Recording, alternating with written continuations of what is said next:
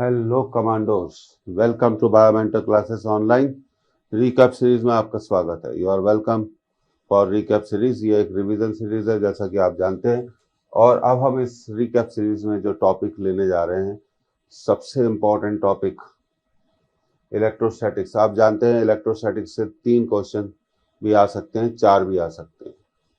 तो this is treated as the most important topic for the upcoming NEET examination. तो शुरू करते हैं। और न्यूमेरिकल प्रैक्टिस है, इसमें हमने बहुत ख्याल रखा है कि बहुत डिफरेंट वैरायटीज के जितने भी पॉसिबल क्वेश्चंस बन सकते हैं जो आपके एग्जाम में आ सकते हैं, उन सबको हमने यहाँ लिया है। तो अब ये रहा हमारा पहला क्वेश्चन, आप इसको नोट कर लीजिए।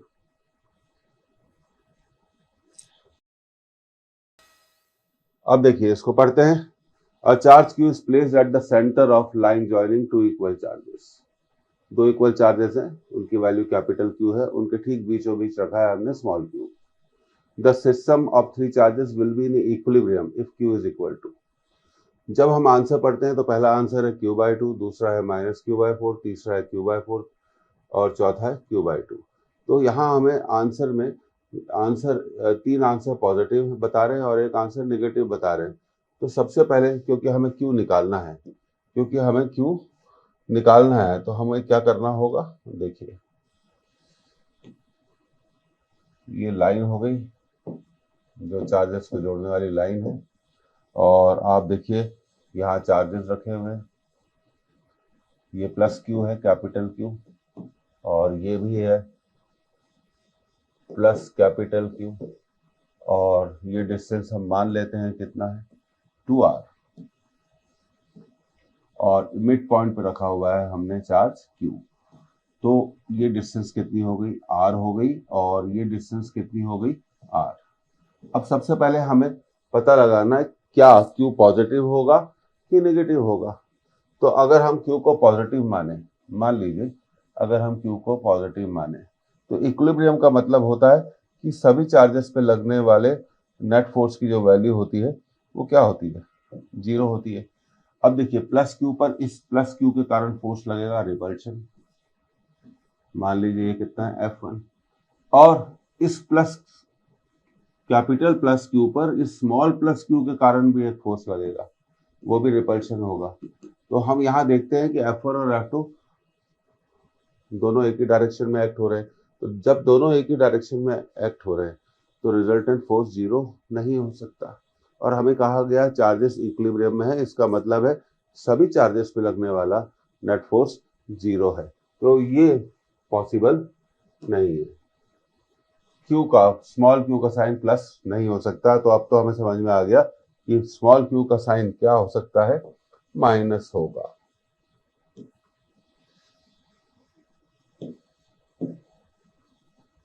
अब देखिए, ये हो गया हमारा प्लस कैपिटल क्यू, और ये हो गया माइनस क्यू, और ये हो गया हमारा प्लस कैपिटल क्यू, और ये डिस्टेंस कितना है, r। मिडिल पॉइंट पर है, इसलिए डिस्टेंस भी कितना होगा, r, और टोटल डिस्टेंस कितना होगा, 2r। ऐसे सवालों को सॉल्व करते वक्त हमेशा एक बात ध्यान रखो कि जब दोनों चार्ज पॉजिटिव हो तो इक्विलिब्रियम तभी स्टैब्लिश होता है जब तीसरा चार्ज क्या हो, नेगेटिव हो। एक तो ये बात याद रखो। दूसरी बात ये याद रखो कि अब आपको नेट फोर्स निकालना है। क्या निकालना है, नेट फोर्स निकालना है। तो हमेशा कॉर्नर चार्ज पर निकालो। किस पे निकालो, कॉर्नर चार्ज पर। और अब देखिए, कॉर्नर का चार्ज हमने ले लिया, अब इस पर एक और फोर्स लगेगा, और ठीक है। तो अब ये हमारी सिचुएशन आ गई कि ये फोर्स हमने मान लिया कितना है, F1, ये मान लिया कितना है, F2। तो F1 किसके बीच में फोर्स है, प्लस क्यू और प्लस क्यू के बीच में। इक्विलिब्रियम की कंडीशन है कि F1 और F2 बराबर होना चाहिए। तो हम इसे लिखेंगे 1/4 pi epsilon naught Q into q. क्योंकि कूलम्स लॉ में आप जानते हैं चार्जेस की मैग्नीट्यूड ली जाती है, कभी भी साइन नहीं लिया जाता, 2r का स्क्वायर। अब F2 plus capital Q minus Q के बीच में लगने वाला फोर्स है, तो ये हम इसको लिख सकते हैं 1/4 pi epsilon 0 Q Q upon इन दोनों के बीच में डिस्टेंस है आर स्क्वायर। तो चलिए अब कैंसिलेशन का टाइम आ गया, ये कैंसिल हो जाएगा। उसके बाद आर स्क्वायर भी क्या हो जाएगा, कैंसिल हो जाएगा। तो सिचुएशन कुछ ऐसी बनी, अगर हम इसको देखें तो लेफ्ट हैंड साइड में बचेगा हमारा क्यू स्क्वायर बाय 4 और राइट में बचेगा क्यू क्यू बाय 1। एक क्यू से क्यू कैंसिल हो जाएगा तो ये बचेगा q by 4 equal to q. तो मिडिल चार्ज की जो वैल्यू है, वो कितनी आनी चाहिए, कैपिटल क्यू बाय 4। पर हम जानते हैं कि कूलम्स के लॉ से हम साइन नहीं निकाल सकते, तो मिडिल चार्ज की कितनी वैल्यू आई, स्मॉल क्यू की वैल्यू कितनी आई, क्यू बाय 4। तो पर हम जानते हैं वो नेगेटिव है, तो इसका आंसर होगा माइनस क्यू बाय 4। इंपॉर्टेंट सवाल है, इस तरह की कुछ भी चीजें पूछी जा सकती है। तो ये कूलम्स लॉ पर बेस्ड सवाल था और इसमें इक्विलिब्रियम की कंसेप्ट है। जब चार्जेस इक्विलिब्रियम में होते हैं तो सभी चार्जेस पर नेट फोर्स क्या होता है, 0 होता है। तो ये क्लियर हो गया आपको। तो ये हमारा आंसर आ गया। अब हम आगे जाते हैं अगले सवाल की तरफ, आप इसे नोट कर लीजिए।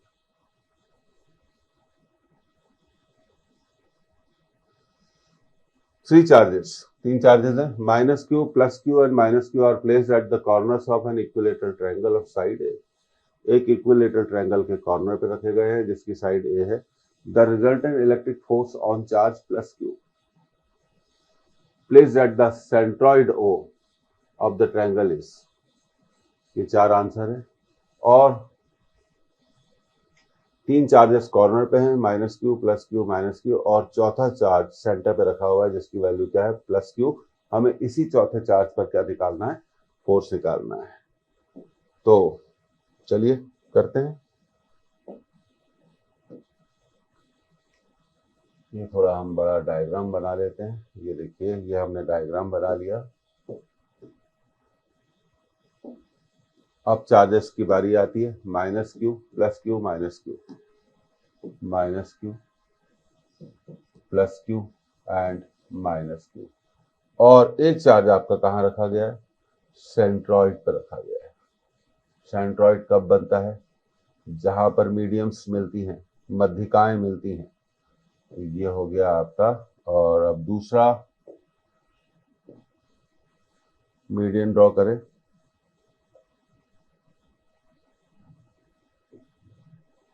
ये हमने अगली मीडियन ड्रॉ कर दी और तीसरी मीडियन की बारी है, वो यहां से हम ड्रॉ करेंगे। तो इस तरह से हमें मिल गया सेंट्रॉइड।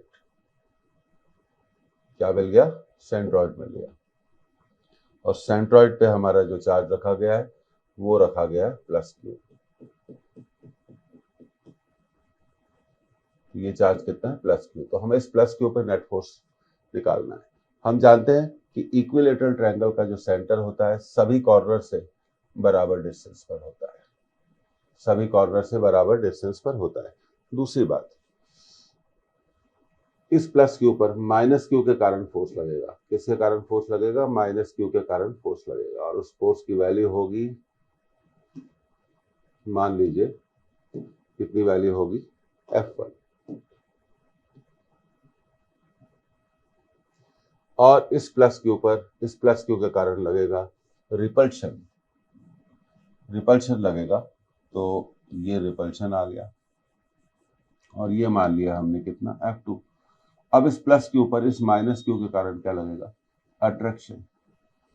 ये हो गया हमारा F3। तो अब हमें इन 3 फोर्सेस का क्या निकालना है, इन 3 फोर्सेस का हमें क्या निकालना है, रिजल्टेंट निकालना है।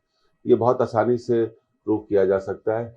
देखिए, मान लीजिए ट्रायंगल की साइड ए है, तो ये कितना हो जाएगा, a/2, और ये r है, और ये एंगल जो अंदर वाले हैं ये 30 डिग्री, और ये भी कितना होगा, 30 डिग्री। तो cos 30 की वैल्यू हमने निकाली, बेस अपॉन हाइपोटेनस a/2/r। तो cos 30 होगा √3/2, a/2r, √3/2, 2 से 2 कैंसिल। तो r की वैल्यू हमेशा याद रखिए, इक्विलेटरल ट्रायंगल पर कितनी होती है, a/2 √3। तो ये कैलकुलेशन हो गई। अब F1, F2 और F3 की वैल्यूज लिखें। तो F1 की वैल्यू होगी 1/4πε0 Q into q square upon are square.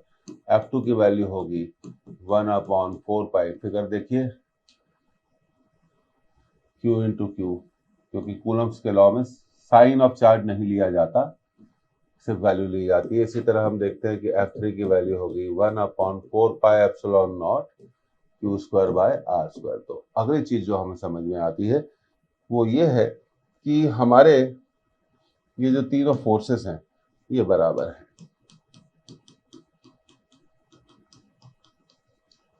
ये पहला पॉइंट, ये दूसरा पॉइंट। अब बात करते हैं एंगल्स की। किसकी बात करते हैं? एंगल्स की। ये आसानी से प्रूव किया जा सकता है कि ये एंगल आपका 90 है, ये एंगल आपका कितना है 60, तो ये एंगल भी कितना हो जाएगा 60, और ये एंगल भी कितना हो जाएगा 60। तो F1 और F2 के बीच में बनने वाला एंगल कितना है 60 है। तो अब इसी कंसेप्ट को हम अगले पेज पर ले चलते हैं। तो देखिए ये था हमारा F2, क्योंकि अब तीनों फोर्सेस बराबर एस्टेब्लिश हो गए, F और ये 120 के एंगल में दूसरा है और ये तीसरा है। तो ये इस तरह से सिचुएशन हो गई। ये एंगल कितना है 60 डिग्री, ये एंगल कितना है 60 डिग्री। सबसे पहले हम इसका और इसका रिजल्टेंट निकालेंगे। तो रिजल्टेंट का आप डायरेक्ट फॉर्मूला यूज कर सकते हैं, एफ आर इक्वल टू, क्योंकि दोनों फोर्सेस इक्वल हैं, 2F cos थीटा बाय 2। तो यहाँ आ जाएगा 2F cos 120 डिवाइडेड बाय 2, तो आ जाएगा 2F cos 60। तो आंसर आया F। तो इनका जो रिजल्टेंट है वो कितना है? F है, क्योंकि दोनों फोर्सेस के बीच में जो एंगल है वो क्या है? दोनों फोर्सेस के बीच में जो एंगल है वो क्या है आपका? इक्वल है। तो इनका जो रिजल्टेंट होगा वो कुछ इस तरह से होगा।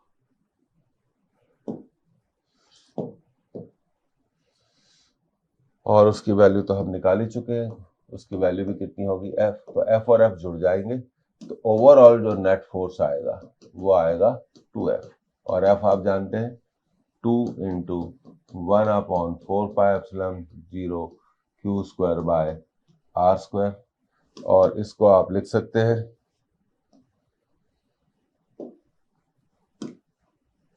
2 इंटू 1/4πε0 क्यू स्क्वायर, और आर की वैल्यू है a/√3 का स्क्वायर, a/√3 का स्क्वायर,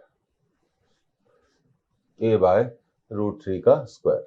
तो ये आपने निकाल लिया। तो ये देखिए दोनों क्या हो जाएंगे? ऐड हो जाएंगे।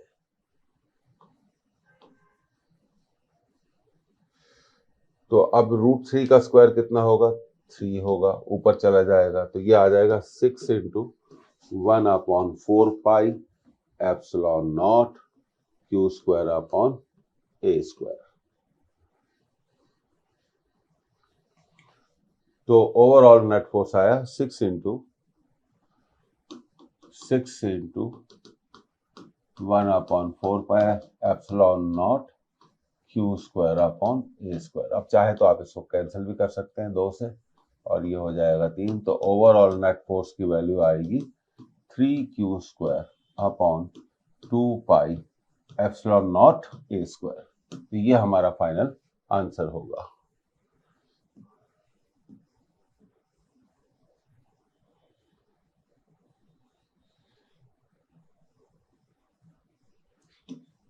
तो ये रहा आपका चौथा आंसर। बहुत सारे स्टूडेंट्स को वेक्टर में प्रॉब्लम होती है, तो उसका एक सॉल्यूशन मैं आज आपको अभी बता देता हूं। आप नंबर ऑफ क्वेश्चंस की क्या करिए, प्रैक्टिस बढ़ा दीजिए। इसलिए जब रिकैप सीरीज में वेक्टर हमने लिया था, वेक्टर के 2 लेक्चर्स लिए थे, उसमें हमने नेट फोर्स पर बहुत ज़्यादा बात करी थी। अगर आपको दिक्कत आती है तो आप उन लेक्चर्स को देख सकते हैं। और हमेशा एक बात आपको याद रखनी चाहिए, जो बहुत बेसिक बात है, कि जब दो फोर्सेस, कोई से भी दो फोर्सेस हो और उनके बीच में, अब आप देखिए ये जो मैं आपको बताना चाह रहा हूँ वो कुछ इम्पोर्टेंट बात है। मान लीजिए दो फोर्सेस हैं, एक है F1 और एक है F2 और उनके बीच में एंगल बन रहा है थीटा और दोनों फोर्सेस बराबर हैं। तो इनका जो रिजल्टेंट होगा, हमेशा आपको याद रखना चाहिए, ऐसे फोर्सेस का जो रिजल्टेंट होगा वो एंगल बाइसेक्टर पे काम करेगा, थीटा बाय 2 और थीटा बाय 2। तो इसी चीज को हमने यहाँ पर बताया था, क्योंकि इनके बीच में टोटल एंगल कितना है 120, तो नेट फोर्स क्या होगा, बाइसेक्टर पे जाएगा, आधे आधे पे। इसी कारण F और F क्या होंगे, जुड़ जाएंगे। तो ये आपका आंसर आ गया। अब आगे बढ़ते हैं अगले सवाल की तरफ। ये रहा अगला सवाल, आप इसे नोट करिए।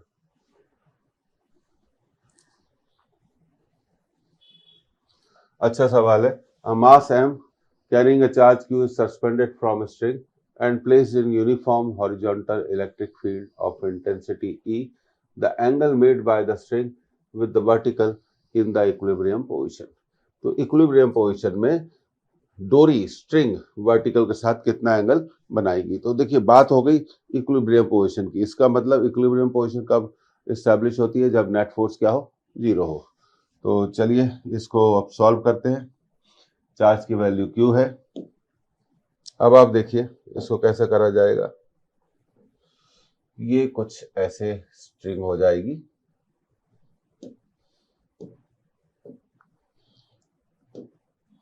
और ये वर्टिकल से कितना एंगल बना रही है, ये हमें इस एंगल को क्या करना है, कैलकुलेट करना है। So we need to calculate this angle theta. अब ये आपका मास है और हम ये मान लेते हैं ये इलेक्ट्रिक फील्ड की डायरेक्शन है।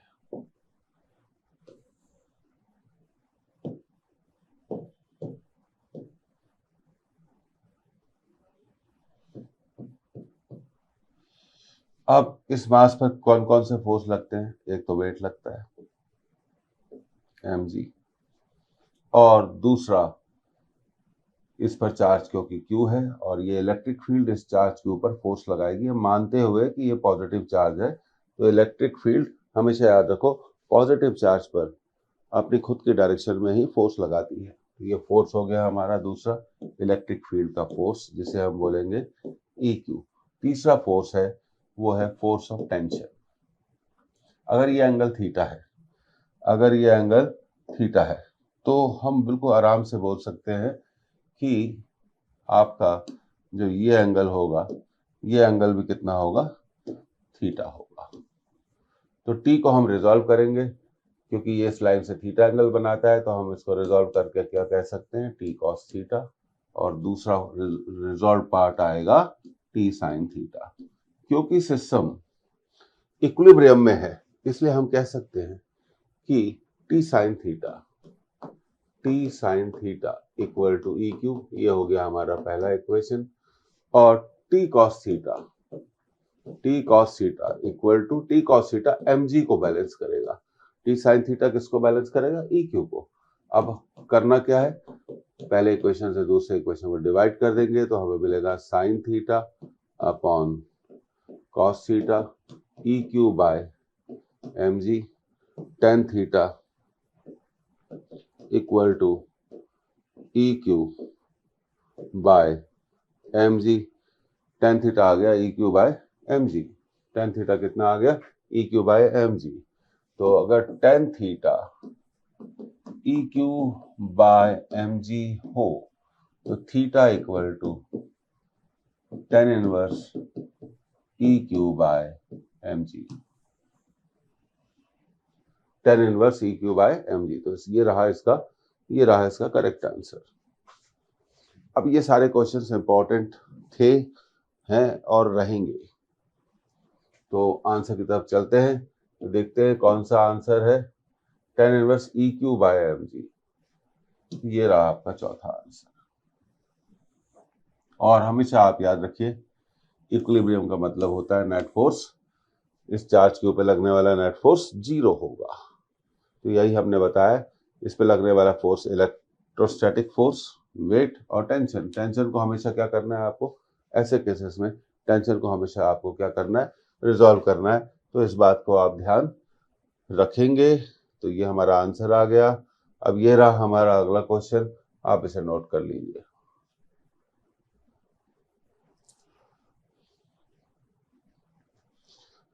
For the system shown in the figure, if the resultant force on Q is 0, then Q equal to, ये देखिए इस Q पर रिजल्टेंट फोर्स क्या है। देखिए 4 चार्जेस हैं, capital Q, small q, capital Q, small q, capital Q, small q, और ये एक्सिस बताया हुआ है, स्क्वायर के कॉर्नर्स पे रखे हुए हैं। अगर इस Q पे लगने वाला फोर्स, अगर इस Q पर लगने वाला फोर्स 0 है तो कैपिटल Q की वैल्यू क्या होगी। 4 आंसर है। अब देखिए 2 आंसर नेगेटिव हैं, पहला और चौथा आंसर नेगेटिव है और दूसरा और तीसरा आंसर पॉजिटिव है। तो सबसे पहले तो हमें प्लस Q का साइन डिसाइड करना पड़ेगा कि वो प्लस है कि माइनस है। तो आप देखिए इस डायग्राम को बहुत ध्यान से देखिए। अगर ये माइनस है, मान लीजिए ये माइनस है, तो ये इसकी तरफ अट्रैक्ट होगा और ये भी इसे क्या करेगा, अट्रैक्ट करेगा। और मान लेते हैं ये प्लस क्यू क्या है, पॉजिटिव है। और क्योंकि क्यू माइनस क्यू है तो इसको भी हमें क्या बोलना पड़ेगा, माइनस क्यू, और ये क्या करेगा, रिपल करेगा। तो ये देखिए यहाँ एक पॉसिबिलिटी बनती है। वो पॉसिबिलिटी कैसी है ये मैं आपको बता देता हूँ। एक फोर्स ये हो गया, दूसरा फोर्स ये हो गया, और ये हो गया तीसरा फोर्स।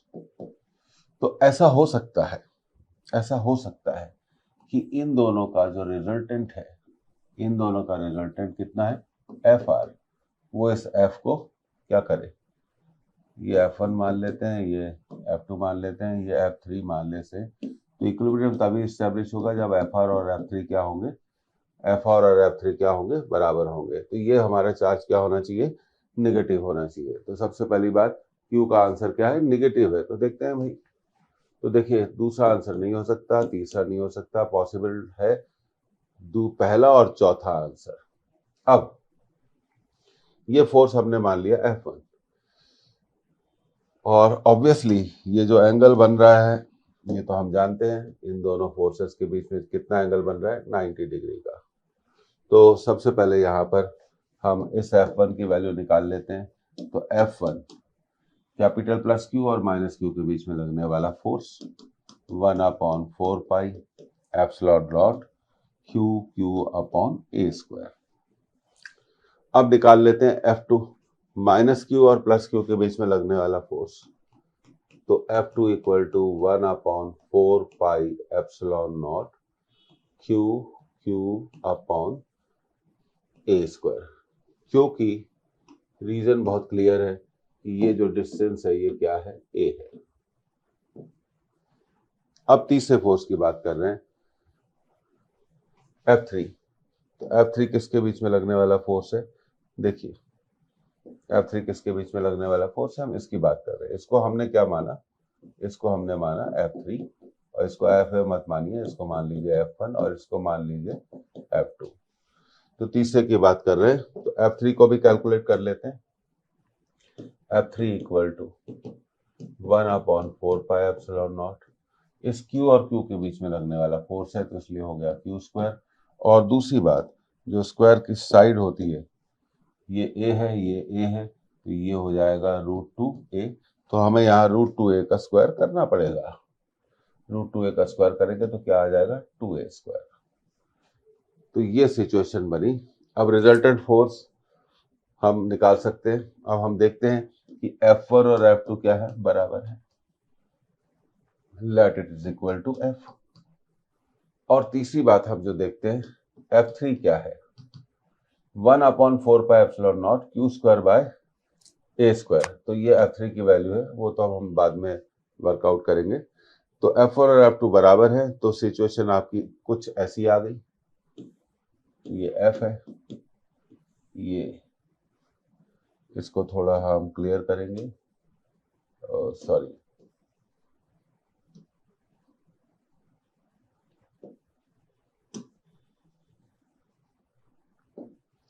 यस, एफ और इन दोनों का रिजल्टेंट होगा पाइथागोरस से √2f और ये F3। तो इक्विलिब्रियम के लिए जरूरी है कि F3 should be equal to √2f। अब F3 की वैल्यू हम निकाल लेंगे, हमने निकाली हुई है, रख देंगे यहाँ पर 1/4πε0 q² 2a² और f की वैल्यू भी हमने निकाली हुई है 1/4πε0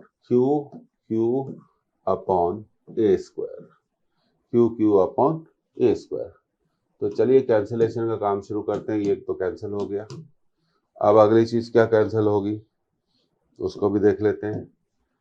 a² भी a² से आपका कैंसिल हो गया और फिर हमारे पास जो बचेगा वो कुछ इस तरह से होगा q² 2 =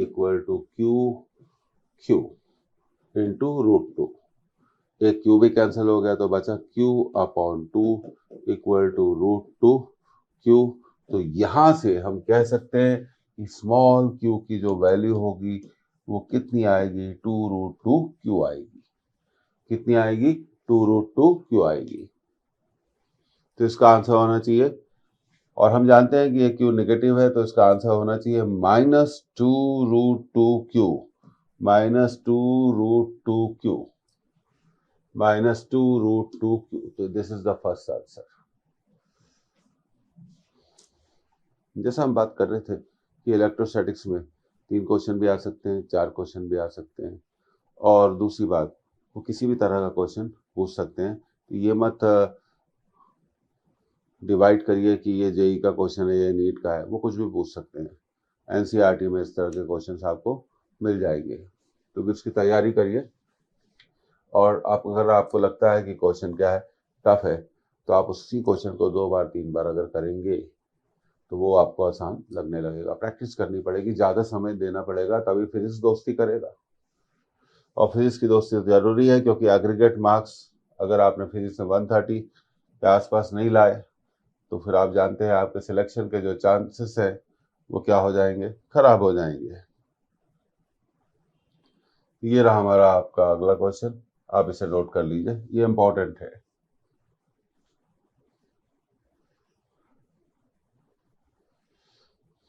ओके, पढ़ते हैं।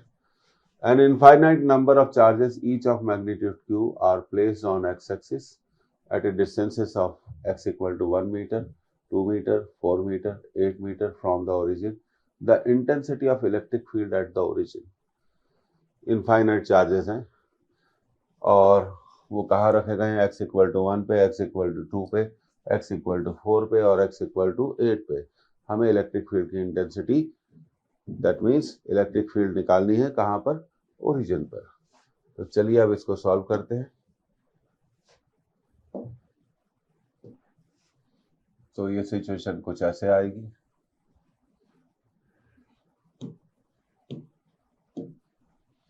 ये आपके चार्जेस रखे गए और यहाँ पर हम ओरिजिन बना लेते हैं। ये देखिए हमने एक्सिस सिस्टम बना लिया और ये आ गया हमारा y एक्सिस।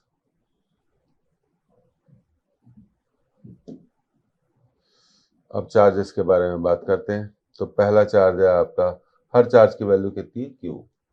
तो पहला q जो रखा गया है उसकी डिस्टेंस है, ओरिजिन से डिस्टेंस है 1। दूसरे चार्ज की ओरिजिन से डिस्टेंस है 2। तीसरे चार्ज की ओरिजिन से डिस्टेंस है 4। इसी तरह बहुत सारा हम बना सकते हैं। अब मान लीजिए पहले चार्ज की इलेक्ट्रिक फील्ड कितनी है, पहले चार्ज की इलेक्ट्रिक फील्ड कितनी है, E1। दूसरे चार्ज की इलेक्ट्रिक फील्ड E2। तीसरे चार्ज की इलेक्ट्रिक फील्ड E3। क्योंकि सभी चार्ज क्या है, पॉजिटिव है, इसलिए उन सभी की इलेक्ट्रिक फील्ड की डायरेक्शन सेम होगी। तो रिजल्टेंट इलेक्ट्रिक फील्ड अगर आपको निकालना है तो कुछ इस तरह से बनेगा E1 plus E2 plus E3 up to infinity. तो E1 निकालें तो E1 होगा 1/4πε0 इलेक्ट्रिक फील्ड का फॉर्मूला यूज करिए, Q/1 का स्क्वायर। E2 निकालिए, E2 होगा 1/4πε0 Q/2 का स्क्वायर। इसी तरह E3 निकालिए 1/4πε0 Q/4 का स्क्वायर। Q/4 का स्क्वायर। तो अब नेट इलेक्ट्रिक फील्ड निकालने के लिए हमें इन सभी को जोड़ना पड़ेगा। E1 plus E2 plus E3 up to infinity. तो 1/4πε0 Q/1 square, 1/4πε0 Q/2 square, 1/4πε0 Q/4 का स्क्वायर एंड सो ऑन। अब कॉमन ले लीजिए, Q/4πε0 कॉमन, ये हो जाएगा 1 प्लस 1/4 प्लस 1/16। ठीक है, तो डिस्टेंस बढ़ता जा रहा है, तो आपको समझ में आ गया पैटर्न, 1/64 अप टू इंफिनिटी। तो ये है एक infinite GP, infinite geometrical progression. और जैसे a plus a r plus a r square up to infinity, इसका एडिशन होता है a/1 माइनस आर। तो a क्या है, पहला टर्म है, तो यहाँ क्लियरली a कितना है, 1 है, दिख रहा है। और r क्या है, सेकंड टर्म को फर्स्ट टर्म से डिवाइड करेंगे, तो r की वैल्यू आ गई 1/4। अब हमारा फॉर्मूला होता है a/1 माइनस आर, तो हम रख देंगे। अब हमें a मालूम है 1 और r भी मालूम है कितना, r भी कितना होगा, 1/4 होगा। तो अगली स्टेप में इसको चलिए सॉल्व करते हैं। तो जो नेट इलेक्ट्रिक फील्ड होगी Q/4πε0, एक बार और उसको लिखना है, 1 plus 1/4 plus 1/16 up to infinity. तो इसको जोड़ लेंगे, तो ये जोड़ने पर आएगी Q/4πε0 1/1 माइनस 1/4, तो ये होगा Q/4πε0, तो ये हो जाएगा 1/3/4।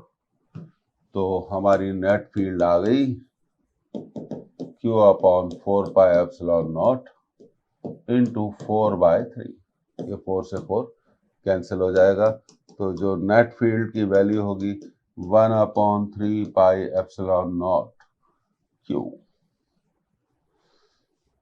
तो इस तरह से हम इन सब सवालों को कर सकते हैं। तो देखते हैं कौन सा आंसर है।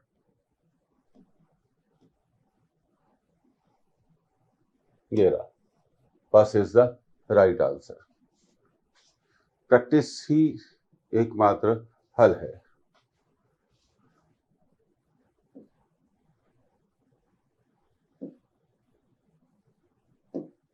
थोड़ा स्पीड में भी क्लास जारी है, जरूरी है टाइम के हिसाब से। अब ये रहा आपका अगला क्वेश्चन, इसे आप नोट कर सकते हैं, सिंपल न्यूमेरिकल है।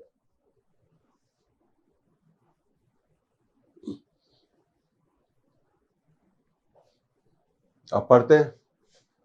एन इलेक्ट्रॉन मास हम जानते हैं 9.1 into 10⁻⁻31 kg is sent into an electric field of intensity 9.1 into 10⁻6 Newton per coulomb. The acceleration produces, तो हमें पता लगाना है कि इलेक्ट्रॉन के मोशन में कितना एक्सेलरेशन प्रोड्यूस होगा। तो हम जानते हैं कि फोर्स, इलेक्ट्रिकल फोर्स होगा EQ। इलेक्ट्रिकल फोर्स क्या होगा, EQ। इलेक्ट्रॉन पे इलेक्ट्रिक फील्ड जो फोर्स लगाएगी उसकी वैल्यू होगी EQ। गलती से भी माइनस क्यू मत लिखिए, क्योंकि अब देखिए एक कंसेप्ट है कि अगर ये नेगेटिव चार्ज है और ये इलेक्ट्रिक फील्ड है, तो इलेक्ट्रिक फील्ड नेगेटिव चार्ज पे फोर्स कहाँ लगाती है, अपनी खुद की अपोजिट डायरेक्शन में। तो जब इलेक्ट्रिक फोर्स की वैल्यू हम कैलकुलेट करते हैं तो साइन नहीं लेते हैं। कुछ लोग बोलेंगे, कमेंट्स में लिखेंगे कि साइन लेना चाहिए, ये बिल्कुल गलत बात है और ये कंसेप्ट आप सीख लीजिए। अगर मान लीजिए एक पॉजिटिव चार्ज है और ये इलेक्ट्रिक फील्ड है, तो इलेक्ट्रिक फील्ड पॉजिटिव चार्ज पर अपनी खुद की डायरेक्शन में फोर्स लगाती है। तो दोनों स्थितियों में हमें फोर्स निकालना है। फोर्स को हम लिख सकते हैं ई क्यू। अब फोर्स क्या होता है, न्यूटन लॉ से mass into acceleration, E Q. तो एक्सेलरेशन होगा ई क्यू बाय एम। अब देखिए इलेक्ट्रिक फील्ड की वैल्यू 9.1 इंटू 10⁻⁶, 9.1 इंटू 10⁻⁶। इलेक्ट्रॉन का चार्ज -19, मास 9.1 इंटू 10⁻⁻31 -31 kg। तो ये 9.1 से 9.1 क्या हो गया आपका, कैंसिल हो गया।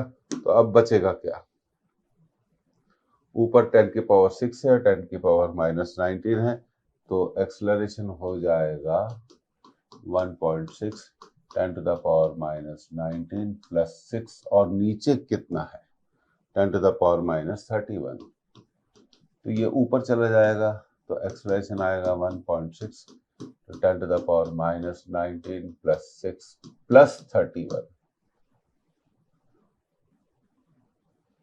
तो एक्सेलरेशन की वैल्यू आएगी 1.6 -13 और 31, तो ये आ जाएगा 10⁻18 मीटर पर सेकंड स्क्वायर। 10⁻18 मीटर पर सेकंड स्क्वायर। तो ये फर्स्ट इज द आंसर। तो इसका पहला ऑप्शन क्या है, बिल्कुल सही ऑप्शन है। फर्स्ट ऑप्शन को आप टिक कर सकते हैं।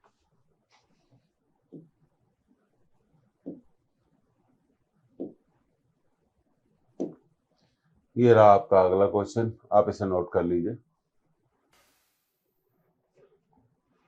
अब देखिए ये जो क्वेश्चन है, इस तरह के क्वेश्चन इंपॉर्टेंट होते हैं। Two small conducting spheres each of mass 9 into 10⁻⁻24 kg are suspended from the same point, एक ही पॉइंट से लटकाया गया है, by non-conducting strings of length 100 centimeter.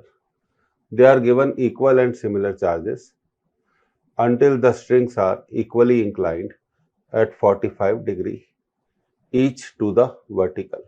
तो ये जो एंगल है वर्टिकल से है, the charge on each sphere is। तो चलिए इसको सॉल्व करते हैं। तो देखिए सिचुएशन कुछ ऐसे बनेगी। हमारे पास कितनी स्ट्रिंग्स हैं, 2। ये हमने मान ली कौन सी स्ट्रिंग है, पहली स्ट्रिंग, और ये है हमारी दूसरी स्ट्रिंग, और दोनों ये मास m है और चार्ज कितना है q, और इसका मास भी m है और चार्ज इस पर कितना है q। अब देखिए ये 45 डिग्री विद वर्टिकल बनाती है। ये 45 डिग्री का एंगल हो गया और ये एंगल हो गया 45 डिग्री। तो हम कह सकते हैं कि ओवरऑल जो एंगल है ये 90 डिग्री हो गया। स्ट्रिंग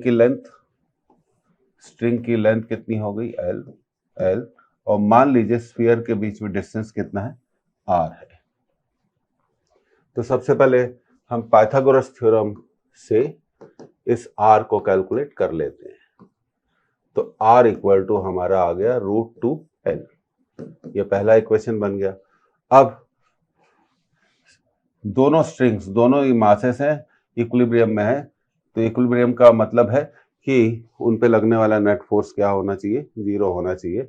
अब कौन कौन से फोर्स लगते हैं, देखिए मास mg और टेंशन हो गया T, और ये एंगल भी कितना होगा 45 डिग्री। हमने टेंशन को रिजॉल्व किया तो ये आएगा T cos 45 और ये आएगा T sin 45, और Q और Q के बीच में लगने वाला रिपल्शन का फोर्स कितना आएगा, F।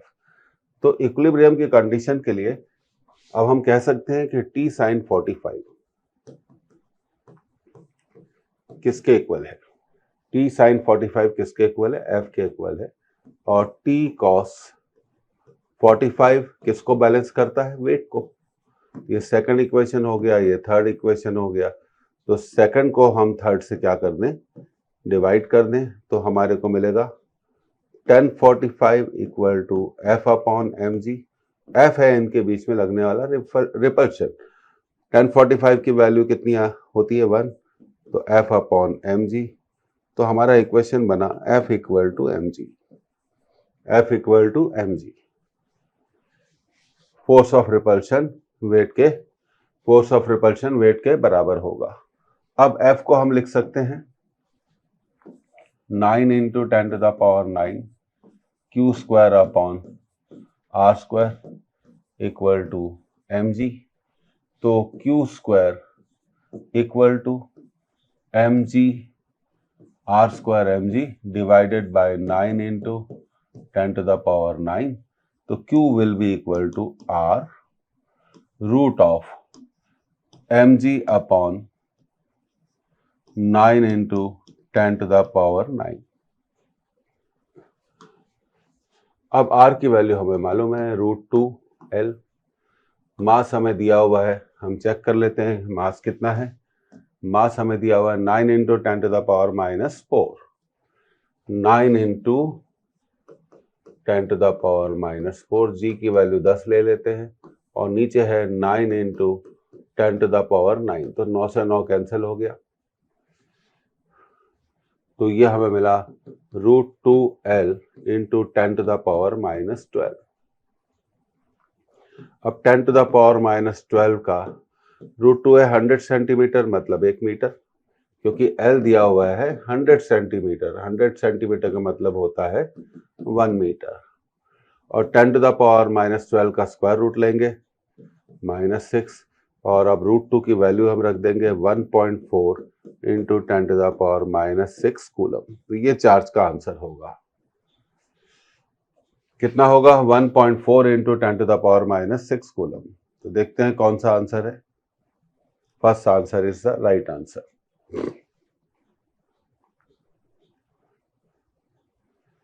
तो ये पहला आंसर राइट आंसर है। एक बार आप उसे और चेक कर सकते हैं। तो देखिए ये हमारा आंसर आ गया। अब हम अगले क्वेश्चन की तरफ जा रहे हैं। ये रहा हमारा अगला क्वेश्चन, इसको आप नोट कर लीजिए।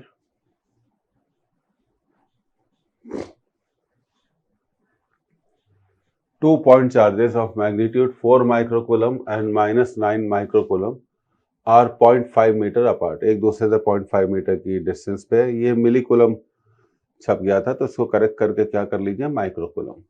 The electric intensity is 0 at a distance x from A and y from B। x and y are respectively. तो देखिए सबसे पहले हम बताना चाहते हैं कि मान लेते हैं P पर इलेक्ट्रिक इंटेंसिटी 0 होती है, तो ये डिस्टेंस कितना है x, और y हो गया डिस्टेंस कौन से चार्ज से, B से। तो हमें x और y निकालना है। तो चलिए इसको सॉल्व करते हैं। Let's move to the next step. तो ये हो गया x। अब देखिए यहाँ पर अगर हम इस सिचुएशन को बहुत ध्यान से देखें तो P पर दो इलेक्ट्रिक फील्ड होगी, एक तो प्लस की होगी, एक प्लस चार्ज की होगी, और एक माइनस की होगी। तो P पर जो प्लस चार्ज की इलेक्ट्रिक फील्ड है मान लीजिए कितनी है E1, और P पर नेगेटिव चार्ज की इलेक्ट्रिक फील्ड मान लेते हैं E2। क्योंकि इलेक्ट्रिक फील्ड 0 है इसलिए हम कह सकते हैं कि E1 और E2 को इक्वल होना चाहिए। E1 और E2 को इक्वल होना चाहिए। तो E1 का formula 1/4 pi epsilon naught, charge की वैल्यू है 4 microcoulomb, 4 into 10 to the power -6। Distance P का इससे डिस्टेंस हमने माना है x, तो ये हो गया x स्क्वायर, और -9 माइक्रोकूलम की electric field 9 into 10 to the power -6, और ये डिस्टेंस हमारा डिस्टेंस हो जाएगा 0.5 प्लस x। ये आपका कैंसिल हो गया, 10 टू द पावर -6 भी कैंसिल हो गया। अब स्क्वायर रूट ले लेंगे। 4/x² का रूट आ जाएगा 2/x, 9 का रूट होगा 3 अपॉन 0.5 प्लस एक्स। आप क्रॉस मल्टीप्लाई कर दीजिए तो ये हो जाएगा 2 into 0.5, 2 into 0.5 plus x equal to 3x। 2 into 0.5 1 आएगा, plus 2x equal to 3x, 1 equal to 3x minus 2x। तो x की वैल्यू कितनी आ जाएगी? 1 मीटर आ जाएगी। x की वैल्यू कितनी आ जाएगी? 1 मीटर आ जाएगी। तो आप फिगर को देखिए, ये होगा y। तो अब हम y को क्या लिख सकते हैं? y को हम लिख सकते हैं x प्लस 0.5, 1 प्लस 0.5। तो y की वैल्यू आएगी 1.5। y की वैल्यू कितनी आ जाएगी? 1.5। इस तरह से हमने x और y को क्या कर लिया? कैलकुलेट कर लिया। x1 है और y 1.5। तो second answer is the correct answer. हमेशा ये एक बात याद रखनी चाहिए कि अगर एक चार्ज पॉजिटिव हो और दूसरा चार्ज नेगेटिव हो तो ऐसा पॉइंट जहां पर उन दोनों के कारण रिजल्टेंट इलेक्ट्रिक फील्ड जीरो होगी वो लाइन ज्वाइनिंग द चार्जेस से बाहर ही मिलेगा। कहाँ मिलेगा? लाइन ज्वाइनिंग द चार्जेस से बाहर। अगर दोनों चार्जेस पॉजिटिव हों या दोनों चार्जेस नेगेटिव हों तो ऐसा पॉइंट जहां पर रिजल्टेंट इलेक्ट्रिक फील्ड जीरो होगी वो उन चार्जेस के बीच में मिलेगा। ये बात हमेशा हमें ध्यान रखनी चाहिए। सिंपल सवाल था। अब आगे बढ़ते हैं अगले सवाल की तरफ। ये रहा हमारा अगला सवाल, आप इसे नोट कर लीजिए।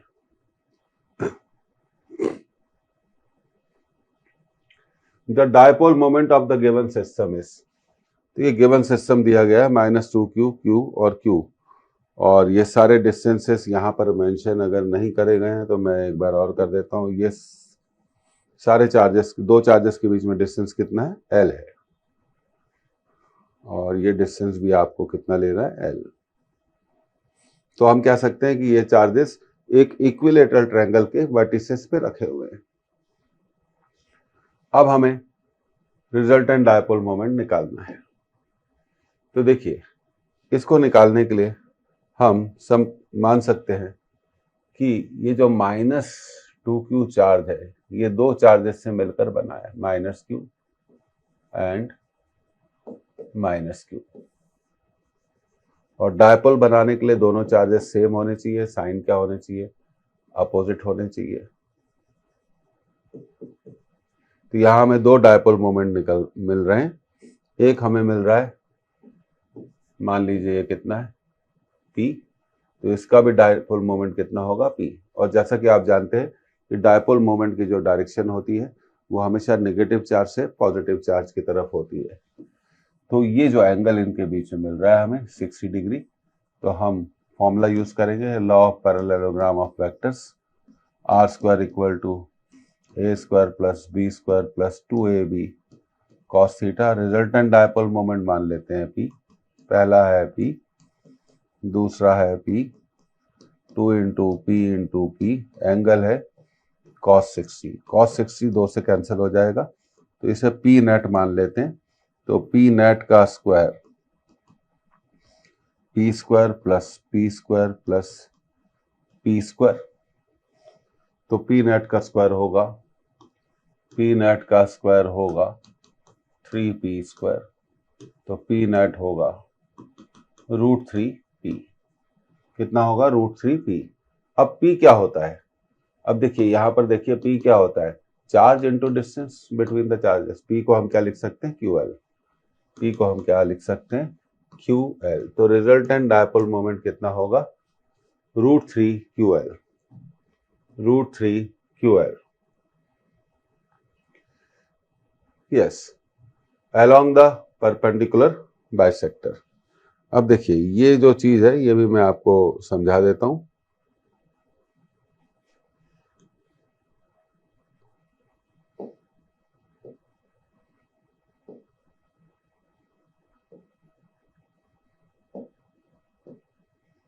ये रहा हमारा resultant dipole moment. along the perpendicular bisector. ये आसानी से प्रूव किया जा सकता है कि ये एंगल 30 डिग्री है और ये एंगल भी कितना है 30 डिग्री। ये तो 60 है, तो ये एंगल कितना होगा 90 होगा। तो हमारा आंसर है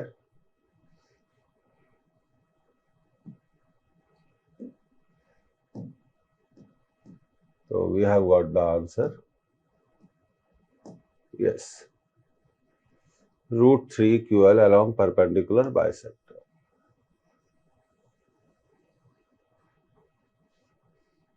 इजी सवाल था। अब आगे बढ़ते हैं। उम्मीद है आपको समझ में आ गया होगा। डायपोल मोमेंट एक वेक्टर क्वांटिटी है, इसका हमें हमेशा ध्यान रखना चाहिए। अब आप इसको नोट कर लीजिए।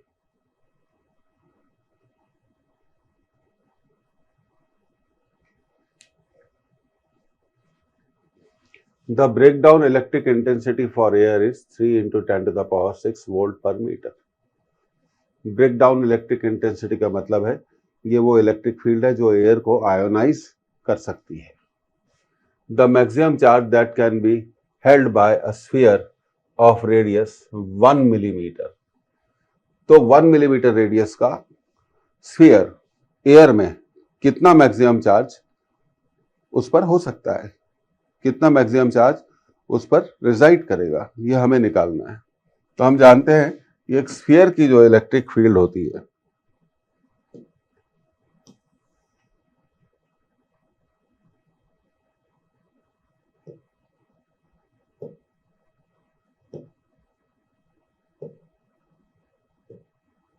ये हमने स्फीयर बना लिया और मान लीजिए स्फीयर पे कितना चार्ज है प्लस क्यू और इसकी रेडियस कितनी है आर।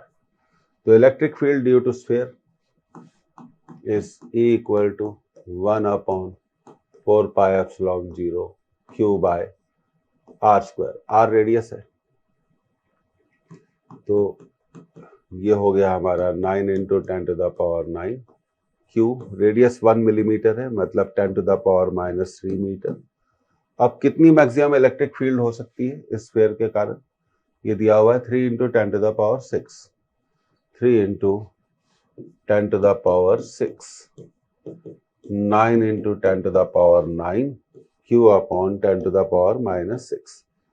तो देखिए हम क्रॉस मल्टीप्लाई करेंगे 3 into 10 to the power 6 into 10 to the power -6 upon 9 into 10 to the power 9। तो ये Q की वैल्यू आ गई, ये तो कट गया। और 3 9 को कितनी बार कैंसिल कर देगा? 3 बार। तो हमारा चार्ज आ गया 1/3 into 10 to the power 9 coulomb. तो हम इसको लिख सकते हैं 0.33 into 10 to the power -9 coulomb, और इसको हम लिख सकते हैं nano coulomb 0.33 in nano coulomb. इतना चार्ज ये स्फीयर रख सकता है अपने ऊपर। तो इसका आंसर है 0.33 nano coulomb. 0.33 nano coulomb. 0.33 nano coulomb. Second option is the right option.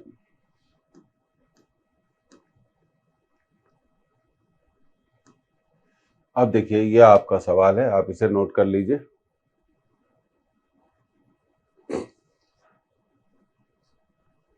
The point charges 1 coulomb and -1 coulomb are placed at the vertices A, B and C of an equilateral triangle of side 1 meter।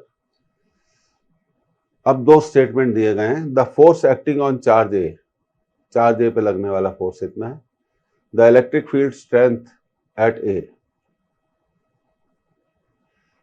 अब देखिए ये पूछा गया है, पहला A is correct, B is wrong, B is correct but A is wrong, both A and B are wrong, both A and B are correct. तो सबसे पहले हमें निकालना पड़ेगा force acting on the charge at A. अब ए पर रखा हुआ चार्ज, तो देखिए करते हैं।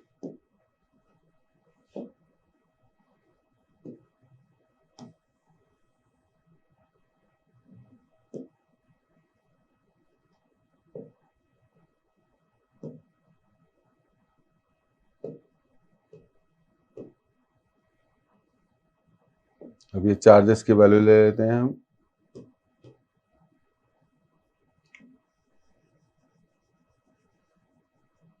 1 कूलम, इसे मान लेते हैं ए, और बी पर भी रखा गया है 1 कूलम, और सी पे रखा गया है -1 कूलम, और ये पॉइंट सी हो गया। अब हमसे पूछा गया ए पे लगने वाला फोर्स। तो देखिए ए पर दो फोर्स लगते हैं, ए पर दो फोर्स लगते हैं, एक बी सी के कारण लगता है, सी ए को क्या करेगा, अट्रैक्ट करेगा, सी ए को क्या करेगा, अट्रैक्ट करेगा, तो वो कुछ ऐसे लगेगा, ये देखिए।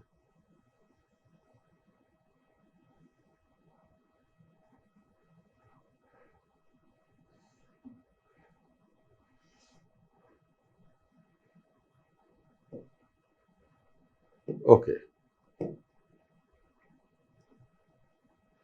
अब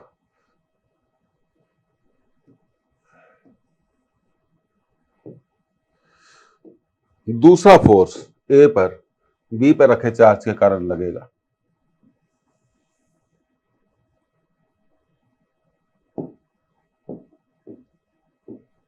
और ये दोनों फोर्स मैं आपको बताना चाहता हूं कि ये दोनों फोर्स इक्वल होंगे। क्यों? 1 चार्जेस की वैल्यू सेम है, और साइड ऑफ इक्विलेटरल ट्रायंगल हमने मान ली कितनी, एल।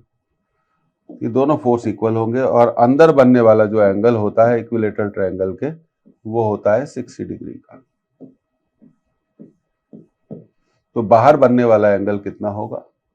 बाहर बनने वाला एंगल होगा 120 डिग्री का। तो दोनों फोर्स इक्वल है और हमें इनका रिजल्टेंट निकालना है, तो हम इस फॉर्मूले का यूज कर सकते हैं, 2f cos theta by 2 directly निकाल सकते हैं। तो ऐसा फॉर्मूला तब लगता है जब दोनों वेक्टर्स क्या हो, इक्वल हो। तो ये हो गया 2f, एंगल है आपका 120 डिग्री, फोर्सेस के बीच में डिवाइडेड बाय 2, तो ये नेट फोर्स आपका आ जाएगा 2f cos 60, cos 60 से ये कैंसिल हो जाएगा, तो नेट फोर्स किसके बराबर है, f के बराबर है। f किसके बीच में लगने वाला फोर्स है, 1 और 1 के बीच में, 9 into 10 to the power 9, 1 into 1 upon distance, distance है एल स्क्वायर, तो ये फोर्स आ गया हमारा 9 into 10 to the power 9 divided by l square, where l is the side of equilateral triangle. अब इक्विलेटरल ट्रायंगल की जो साइड है वो 1 मीटर दी गई है। कितने मीटर दी गई है? 1 मीटर। तो फोर्स की वैल्यू होगी 9 into 10 to the power 9 newton. 9 into 10 to the power newton. तो ए सही है और बी भी सही है, क्योंकि आप जानते हैं what is electric field. Electric field की डेफिनेशन क्या है? यूनिट चार्ज पे लगने वाला फोर्स, यूनिट चार्ज पे लगने वाला फोर्स। और 1 कूलम आप अच्छे से जानते हैं, 1 कूलम एक यूनिट चार्ज है। तो यूनिट चार्ज पे जो फोर्स लगता है वही देता है इलेक्ट्रिक फील्ड। तो अगर हम कहते हैं कि ए पे लगने वाला force 9 into 10 to the power 9 है, तो ए पर इलेक्ट्रिक फील्ड की स्ट्रेंथ भी कितनी होगी? 9 into 10 to the power 9 newton पर कूलम। तो हमारा ऑप्शन है both A and B are, both A and B are, both A and B are correct. A और बी दोनों सही होंगे। और ये फॉर्मूला आपको हमेशा याद रखना चाहिए, और इसको आप हमेशा याद रखिए। और एक बार मैं इस फॉर्मूले के बारे में आपको और बताना चाहता हूं। जब भी दो वेक्टर्स, जब भी दो फोर्स अगर इक्वल हैं और उनके बीच में एंगल थीटा है, तो नेट फोर्स हमेशा होगा 2f cos थीटा बाय 2। उसी तरह अगर दो इलेक्ट्रिक फील्ड है और दोनों इलेक्ट्रिक फील्ड इक्वल हैं और उनके बीच में लगने वाला फोर्स, तो नेट इलेक्ट्रिक फील्ड क्या होगी? नेट इलेक्ट्रिक फील्ड होगी 2e cos थीटा बाय 2। तो एक तो ये पॉइंट आपको हमेशा मालूम होना चाहिए। दूसरी चीज जो यहां बहुत इंपॉर्टेंट है कि ये तो आपने रिजल्टेंट की वैल्यू निकाल ली। अब देखिए जो रिजल्टेंट होगा, अब हम अगली बात कर रहे हैं, जो रिजल्टेंट होगा वो हमेशा आपको एक बात याद रखनी है कि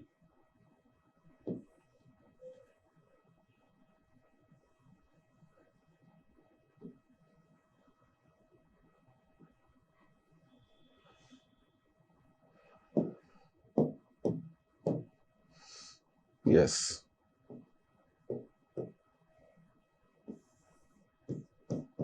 दो वेक्टर्स हैं, दो फोर्स हैं, दोनों इक्वल हैं, दोनों के बीच में एंगल कितना है, थीटा। तो जो रिजल्टेंट होगा वो हमेशा बाइसेक्टर पर होगा। किस पर होगा? बाइसेक्टर पे होगा। और नेट फोर्स क्या होगा ये तो हम बता ही चुके हैं आपको, 2f cos of theta by 2। तो ये बातें आपको हमेशा क्या रखनी चाहिए, यहाँ पे आपको इन बातों का क्या रखना चाहिए, बहुत ध्यान रखना चाहिए। ये तभी लागू होता है, it is only applicable when two vectors are equal. When two vectors are equal, और आप जानते हैं कि फोर्स एक वेक्टर है, इलेक्ट्रिक फील्ड भी क्या है, एक वेक्टर है। तो मैं कहना चाहता हूं कि एक बात आपसे कहना चाहता हूं, thank you for joining this recap series lecture number 1 electrostatics का ये पहला लेक्चर था, और उम्मीद है ये लेक्चर आपको पसंद आया होगा। कमेंट जरूर दीजिए। अब हम दोबारा मुलाकात करेंगे आपसे लेक्चर 2 इलेक्ट्रोस्टैटिक्स रिकैप सीरीज में। Again I want to give you thank you. और स्पीड में मत देखें, वीडियो को पूरा ध्यान से नोट करें, आपको रिवीजन करना है, क्योंकि बिना रिवीजन के कोई भी नॉलेज कंप्लीट नहीं होता है। Okay, bye.